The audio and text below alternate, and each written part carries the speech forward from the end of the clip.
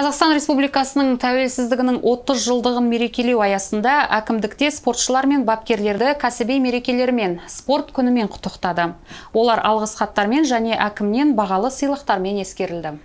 Әкімнің орынбасары Данияр Дүйсенбаев пен қалалық мәслихаттың хатшысы Евгения Нужных 18-нен 22 тамыз аралығында қол күрес пен пара қол күрестен Талғарда өткен Азия чемпионатынан оралған спортшыларды құттықтады. Олар параолимпиадалықтар арасында Азия чемпионатының 3 мәрте чемпионы Руслан Байгукшинов, Александра Ильчанинова, Вадим Мамонтов, Николай Мырзагараев, Никита Хамутовский чемпионаттың қола және күміс жүлдегерлері, және олардың бапкері Дюсупов Әділжан.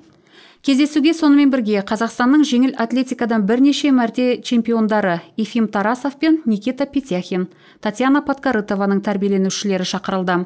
Алғыс хатымен және бағалы сыйлықпен гір спорты мен қол күрестен республикалық чемпионатының күміс жүлдегері Анастасия Севастьянова ескерілді. Құттықтауларды дене тәрбиесінің оқытушылары да қабыл алуда. Олардың арқаларында спортқа деген сүйіспеншілікке балалар ерте жастан бауланады.